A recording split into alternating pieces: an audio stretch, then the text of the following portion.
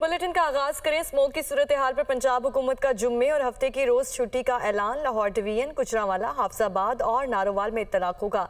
जुमेरात को 9 नवंबर के पहले ही हफ्ते छुट्टी होगी। लगातार 4 तालीमी इदारे और दफातर बंद रहेंगे। मकसद सड़कों पर ट्रांसपोर्ट कम करके फजाई आलूदगी को कंट्रोल करना है। मार्केट्स हफ्ता और इतवार को बंद रहेंगी। जुम्मे के रोज मार्केट्स बंद या खुली रखने का फैसला ताजिर खुद करेंगे। बेकरीज और मेडिकल स्टोर्स खुले रहेंगे। लोगों से अपील है कि घरों पर रहें। बाहर निकलते वक्त मास्क पहने। शहरियों की सेहत हर चीज से ज्यादा अजीज है। निगरान काबीना के इजलास के बाद निगरान वज़ीर आला पंजाब मोहसिन नकवी की न्यूज कॉन्फ्रेंस। हम 10 नवंबर को भी पूरे पंजाब में दफातर की और स्कूलों की छुट्टी हम आज नोटिफाई कर देंगे। सैटरडे संडे ऑलरेडी छुट्टी होती है। जहाँ पे स्कूल में सैटरडे को छुट्टी नहीं होती वहाँ पे हम सैटरडे को भी छुट्टी कर रहे हैं। दफातर ज़्यादातर सैटरडे को बंद हैं और वो ये सब रिकमेंडेशन हमने माहौलियाती एमरजेंसी नाफिज कर रहे हैं और जिसके तहत ये सारे फैसले कर रहे हैं। मार्केट्स सैटरडे को बंद होंगी, संडे को वैसे बंद होती हैं, मार्केट सैटरडे को बंद होंगी। रेस्टोरेंट्स, सिनेमा घर और ये जितने हैं ये सब के सब फ्राइडे सैटरडे संडे तीनों दिन बंद होंगे। उसके बाद ट्रैफिक और 144 लगा रहे हैं ताकि मिनिमम वहाँ पे हम लोगों को सॉर्ट ऑफ, और ये सिर्फ लाहौर डिवीजन के लिए है, प्लस गुजरांवाला है और कौन सा शहर और ये तो सर और वज़ीराबाद के लिए और ननकाना के लिए। लाहौर डिवीजन है और ये 3 शहर हैं जहाँ पे ये छुट्टियाँ भी सिर्फ इन स्पेसिफिक इलाकों के लिए जहाँ स्मॉग सबसे ज़्यादा बढ़ी हुई है। नहीं, छुट्टी भी इन्हीं इलाकों में सिर्फ। आगे बढ़ते हैं। गजा लहू लहू, सहूनी फोर्सेज के वहशियाना हमले जारी हैं। स्कूल, हॉस्पिटल, मसाजिद, रिहायशी इमारतों और पनाह गुज़ीन कैंपों पर बमबारी का सिलसिला जारी है। सहूनी फोर्सेज की गजा के 2 जुनूबी शहरों में बमबारी। सहूनी फोर्सेज की जानिब से रफा और खान यूनुस के करीब बमबारी। अरब मीडिया के मुताबिक दोनों हमलों में 23 अफराद शहीद, दर्जनों अफराद जख्मी हुए। इसराइली फौज ने हमलों में रिहायशी इमारतों को निशाना बनाया। फ़लस्तीनी वजारत सेहत के मुताबिक इसराइली फौज के हमलों में शहीद होने वाले अफराद की तादाद 10,000 से तजावुज़ कर गई। शहीदों में 4,100 बच्चे भी शामिल हैं। 32,500 से ज़ायद अफराद जख्मी हैं। इमारतें खंडरात का मंजर पेश करने लगी हैं। इसराइली वज़ीर आज़म नेतन्याहू ने गजा पर कब्जे का इरादा जाहिर करते हुए यरगमालियों की रिहाई तक जंग बंदी का इम्कान मुस्तरद कर दिया है। कहते हैं गजा के जनूबी और शिमाली इलाकों को दरमियान से तकसीम कर दिया है और हमारी फौज ने गजा के मजीद इलाकों पर भी कब्जा कर दिया है। इसराइली वज़ीर आज़म नेतन्याहू ने कहा कि हमास के साथ जंग के बाद इसराइल गजा की गैर मुअय्यना मुद्दत के लिए सलामती की मजमूई जिम्मेदारी संभालेगा। इस वक्त हमास की वजह से इसराइल के पास सिक्योरिटी की जिम्मेदारी नहीं है। उन्होंने ये भी कहा कि गजा में इस वक्त तक जंग बंदी नहीं होगी जब तक हमास की तहवील में कैद यरगमालियों को रिहा नहीं किया जाता।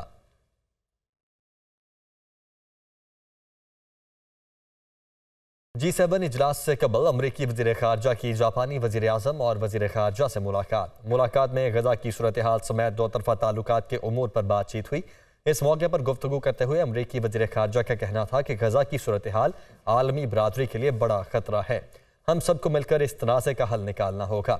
मीडिया रिपोर्ट्स के मुताबिक G7 इजलास में इसराइल, गजा की सूरत हाल और खित्ते में अमन के क़याम के हवाले से वज़राए ख़ारजा मुलाकात करेंगे।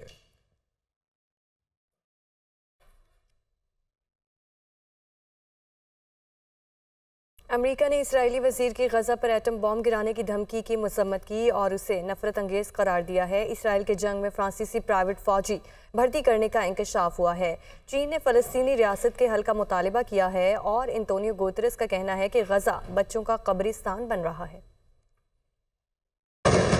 तर्जुमान अमरीकी वजारत खारजा वेदांत पटेल ने कहा है कि इसराइली वजीर की गजा पर एटम बम गिराने की धमकी नफरत अंगेज है, इससे परहेज करें। उधर स्पेनी अखबार ने दावा किया है कि गजा में इसराइली फौजियों की जानें बचाने के लिए इसराइल किराए के फौजी भर्ती करने लगा। बताया गया है कि इसराइल दीगर ममालिक से भी प्राइवेट फौजियों को भर्ती करेगा। चीन ने अक़वाम मुत्तहिदा की करारदादों के मुताबिक फलस्तीनी रियासत के हल का मुतालबा किया है। तर्जुमान वजारत खारजा का कहना है कि चीन इसराइल फलस्तीन तनाज़े के हल के लिए आलमी बरादरी के साथ मिलकर काम करने को तैयार है। फ्रांस ने गजा में मुकम्मल जंगबंदी का मुतालबा किया। सलामती काउंसिल में फ्रांसीसी मंदूब ने कहा कि पायदार अमन न होने की वजह से ये नामुमकिन है। उधर एक न्यूज कॉन्फ्रेंस में UN secretary general Antonio Guterres ने कहा कि गजा बच्चों का कब्रिस्तान बन रहा है। शहरियों के कत्लेआम का कोई जवाब नहीं दिया जा सकता। उन्होंने गजा में ईंधन की इजाजत देने का मुतालबा किया है। मिस्र के साथ रफा बॉर्डर को मरीजों और गैर मुल्कियों के इंतखला के लिए दोबारा खोल दिया गया। एम्बुलेंस पर इसराइली हमले के बाद रफा क्रॉसिंग को बंद कर दिया गया था।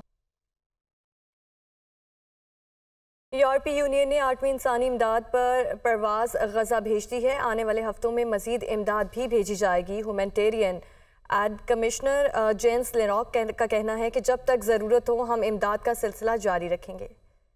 उनका मजीद कहना था कि यूरोपीय यूनियन की इमदाद हमेशा अपनी मंजिल तक पहुंची है। हम अपनी इंसानी हमदर्दी के शराकतदारों के साथ मिलकर काम करते हैं। आने वाले हफ्तों में मजीद इमदाद भी भेजी जाएगी।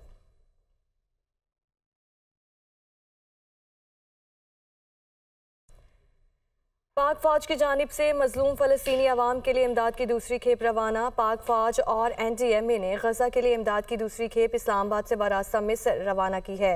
दूसरी खेप 89.6 टन सामान पर मुश्तमिल है। 40 टन फूड पैक भी इमदादी सामान का हिस्सा। सामान में 3 टन फूड बैग्स, 10.8 टन अद्वियात, 26 टन हिफ्ज़ान सेहत और बच्चों के किट्स भी शामिल हैं। पाकिस्तान मजलूम फ़लस्तीनियों के लिए मौसम सरमा के लिए 1000 खेमे, 4000 कंबल और 3 टन अद्वियात भेज चुका है। पाकिस्तान की जानिब से रवा की गई दूसरी खेप का मकसद मुतासरीन गजा को मजीद रिलीफ फराहम करना है। पाकिस्तान मुश्किल की इस घड़ी में फ़लस्तीनी बहन भाइयों के साथ खड़ा है और उनकी हिमायत जारी रखेगा।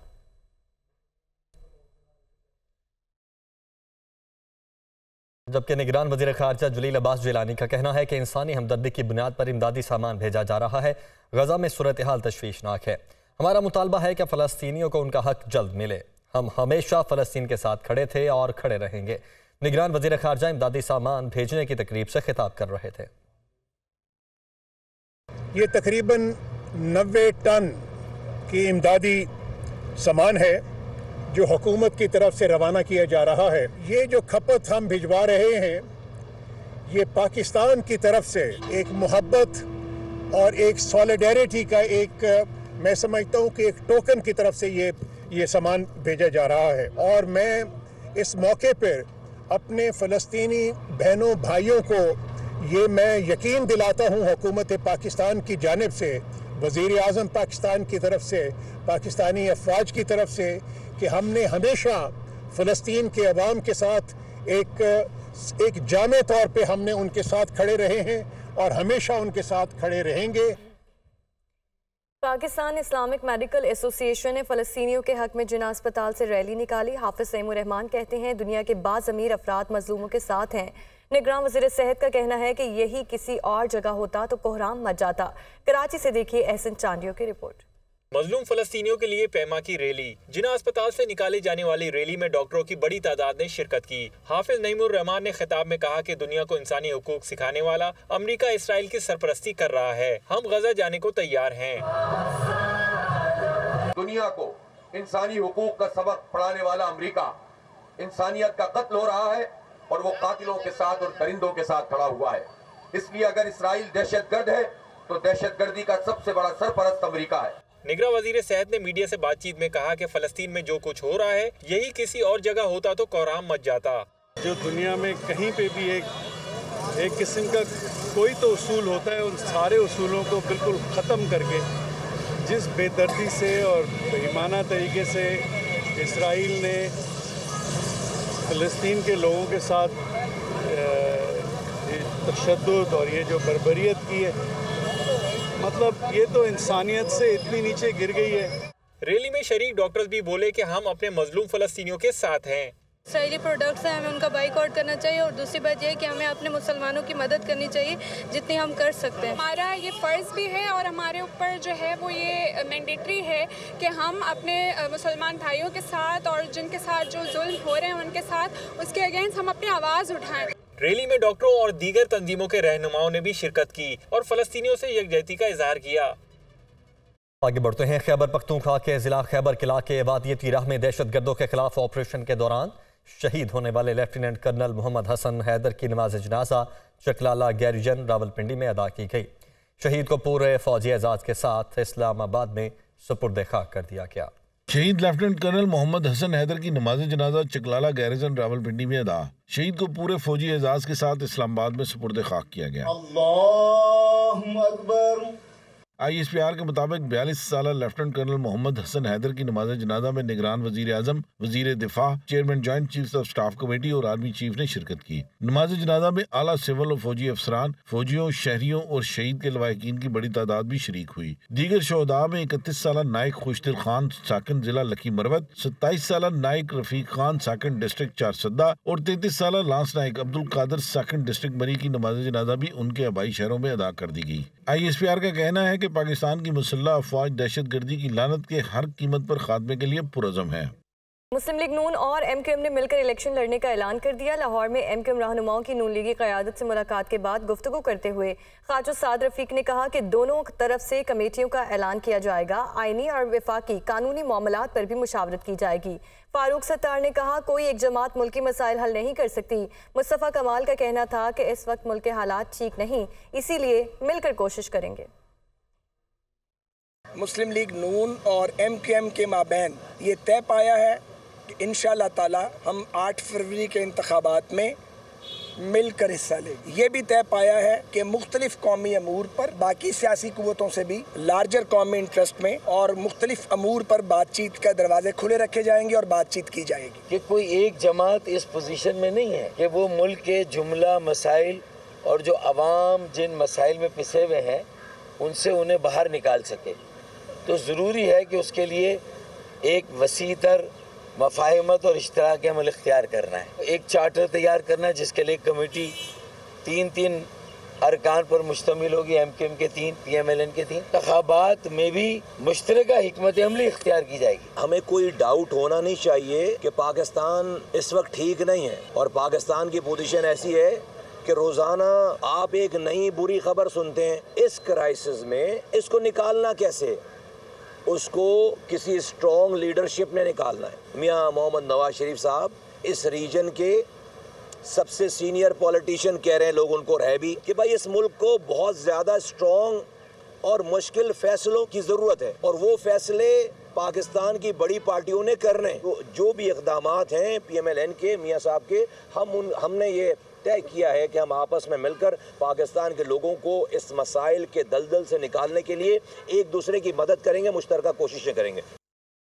लाहौर से खबर है, पाकिस्तान मुस्लिम लीग नून और MQM पाकिस्तान के वफूद की मुलाकात की अंदरूनी कहानी सामने आ गई। दोनों जमातों का बाहमी इख्तिलाफी निकात को भुलाकर सियासी रिश्ते उस्तवार करने का फैसला। पार्टीज राय के मुताबिक MQM ने मरियम नवाज को कराची से इलेक्शन लड़ने की तजवीज़ दे दी।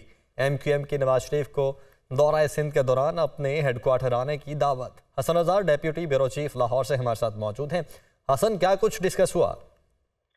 देखिए, मुस्लिम लीग नून और पाकिस्तान MQM पाकिस्तान के वफूद की मुलाकात की अंदरूनी कहानी सामने आ गई, जिसमें दोनों जमातों का बाहमी इख्तिलाफात निकात को भूलकर नए सिरे से सियासी रिश्ते इस्तवार करने का फैसला किया गया है और इसको मुस्तकिल बुनियादों पर हर तरह से कोशिश की जाएगी कि इस्तवार रखे जाए। MQM ने मुस्लिम लीग नून की चीफ ऑर्गेनाइजर मरियम नवाज को कराची से इलेक्शन लड़ने की तजवीज़ दी और MQM पाकिस्तान ने नवाज शरीफ को दौरा सिंध के दौरान अपने हेडक्वार्टर पर आने की दावत दी, जिसको नवाज शरीफ ने कबूल कर ली है और दोनों जमातों के वफूद की मुलाकात इंतहाई खुशगवार माहौल में हुई। दोनों जमातों का मुल्क में जारी सियासी कशीदगी के खात्मे और दीगर जमातों के साथ रवादारी को फरोग देने पर इत्तफाक राय किया गया।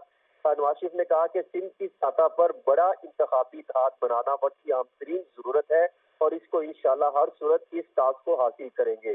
MQM पाकिस्तान ने तजवीज़ दी कि सिंध की कौम परस्त और दीगर सियासी कुव्वतों को एक प्लेटफॉर्म पर होना चाहिए और MQM पाकिस्तान ने मुस्लिम लीग नून को सिंध में इंतखाबी इत्तेहाद बनाने के। ठीक है, बहुत शुक्रिया हसन आपका। साबिक सदर आसिफ अली जरदारी का कहना है कि दोस्तों और दुश्मनों को पैगाम देना चाहता हूँ, आएँ और इलेक्शन में खड़े हों। हम वेलकम करते हैं। हमारी सियासत अपनी है, आपकी सियासत अपनी है। हमारी फ़िलासफ़ी अपनी है, आपकी फ़िलासफ़ी अपनी। हमारी सियासत आवाम की सियासत है। हमने हमेशा आवाम और गरीबों की नौकरी की। मजीद कहा कि हम समंदर से $बिलियन कमा कर दे सकते हैं। हमें अपनी अगली नस्ल का सोचना है, ज़रूरियात समझकर वक्त से पहले इंतज़ाम करना है। हमने पुरानी हुकूमत के खिलाफ इसलिए नहीं काउंटर मूवमेंट चलाई कि हमें सिर्फ पावर की ज़रूरत थी। सवाल ये है कि हमें आवाम के हकूक़ की ज़रूरत है और हमें मुल्क की तरक्की की ज़रूरत है। इनसे तरक्की नहीं हो रही थी। इनको 8 साल से मैं देख रहा था, इनसे कुछ नहीं होता। और जो मुखालिफ इलेक्शन में आ रहे हैं, हमारे खिलाफ खड़े होंगे, उनको बिस्मिल्लाह, आए आप खड़े हों, आपको हम वेलकम करते हैं। जमहूरियत होगी, एक दूसरे में कंपटीशन होगा तो ही जाके बेस्ट रिजल्ट सामने आएगा। और उनको हम किसी को मना नहीं करते, हम सबको कहते हैं कि अपनी सियासत आप करें। हमारी सियासत अपनी है, हमारी फ़िलासफ़ी अपनी है, आपकी फ़िलासफ़ी अपनी है। मैं अपने वर्करों के आते मजबूर हूँ कि मैं बाहर नहीं जा सकता। रहनुमा नून लीग सरदार अयाज सादिक ने कहा है कि अगला वज़ीर आज़म लाहौर से नहीं होगा, ये बिलावल भुट्टो की ख्वाहिश हो सकती है। हम नवाज शरीफ को वज़ीर आज़म के तौर पर देख रहे हैं। कायद नून लीग ने वतन वापसी पर अपनी तकरीर में कहा था कि हम सब मिलकर चलेंगे, जमहूरियत की खातिर PTI समेत सबसे रब्ता करेंगे। नहीं, लाहौर से नहीं होगा ये ख्वाहिश तो हो सकती है। ये हर जमात की अपनी ख्वाहिश होती है कि कौन कहाँ से हो, और अल्लाह ताला मेहरबानी करेंगे। हम तो नवाज शरीफ साहब को वज़ीर आज़म देख रहे हैं। उन्होंने एक बात जो अपनी तकरीर में की थी कि सबको मिलजुल के करना पड़ेगा। सियासी इत्तेहाद तो होते रहते। मैं बलूचिस्तान जा रहा था, फिर जाऊंगा इंशाअल्लाह चंद दिनों में बलूचिस्तान, और कायद मोहतरम भी इंशाअल्लाह वहाँ तशरीफ़ लाएंगे। और इसी तरह MQM का डेलीगेशन मिला है और लोग भी मिलना चाह रहे हैं। पाकिस्तान के मफाद के लिए हम लोग इकट्ठे होंगे, कब होंगे, कैसे होंगे, ये से भी रब्ता होगा तकरीबन सबसे। मेरा तो हर एक से, आपको पता है, रब्ता और ताल्लुक़ है और हर एक से रब्ता होता है। साबिक वज़ीर आज़म शाहिद खाकान अब्बासी का कहना है कि पार्टी के ओहदे से इस्तीफ़ा दे दिया था, अब मामलात का इल्म नहीं। नवाज शरीफ ने बुलाया तो चला जाऊंगा। मुल्क के मसाइल का हल किसी एक जमात के पास नहीं। दुआ है इलेक्शन फेयर हो। सियासी लीडर अंदर बाहर होते रहते हैं, उसमें कोई नई बात नहीं। नैब का काम सिर्फ सियासतदानों को निशाना बनाना है। 25वां साल है इस इदारे का। आप खुद अंदाज़ा लगा लें कि कितने सियासतदानों को इस इदारे ने कन्विक्ट किया है, कितनों को पकड़ा है किसी करप्शन के इल्ज़ाम में। झूठे मुकदमे बनाकर अदालतों में खड़ा किया जाता है, हत्या की जाती है, पॉलिटिकल इंजीनियरिंग की जाती है। ये इस इदारे का काम है। आज मुल्क के मसाइल का हल किसी एक जमात के पास नहीं है। ये सिर्फ एक इत्तेहाद और इत्तेफाक में इसका हल मिलेगा, क्योंकि सियासी लीडर अंदर बाहर होते रहते हैं। उनका पैगाम और सपोर्ट अगर अवाम में हो तो वो रहती है। उस हवाले से PTI इक़्तिदार में रही है, एक अपोजिशन की बड़ी जमात थी। उन्होंने अपोजिशन में बैठे नहीं, लेकिन एक बड़ी जमात थी, तो यकीनन उनका एक रोल, एक मुकाम है सियासत के अंदर। मैं पार्टी के मामलात में मैंने इस्तीफ़ा दे दिया था पार्टी के ओहदे से, तो मैं किसी मुशावरत में शामिल नहीं होता। KMC के अफसरान ने अरबों रुपए की अराजी ठिकाने लगा दी। औरंगी टाउन में स्कूल और टेक्निकल इंस्टीट्यूट की सरकारी अराजी पर कब्जे का इंकशाफ। साबिक प्रोजेक्ट डायरेक्टर औरंगी टाउनशिप ने 70,000 गज सरकारी अराजी लीज पर डाल दी है। IC पर बात करने के लिए अली मेहदी हमारे साथ मौजूद हैं। अली, डिटेल्स क्या हैं?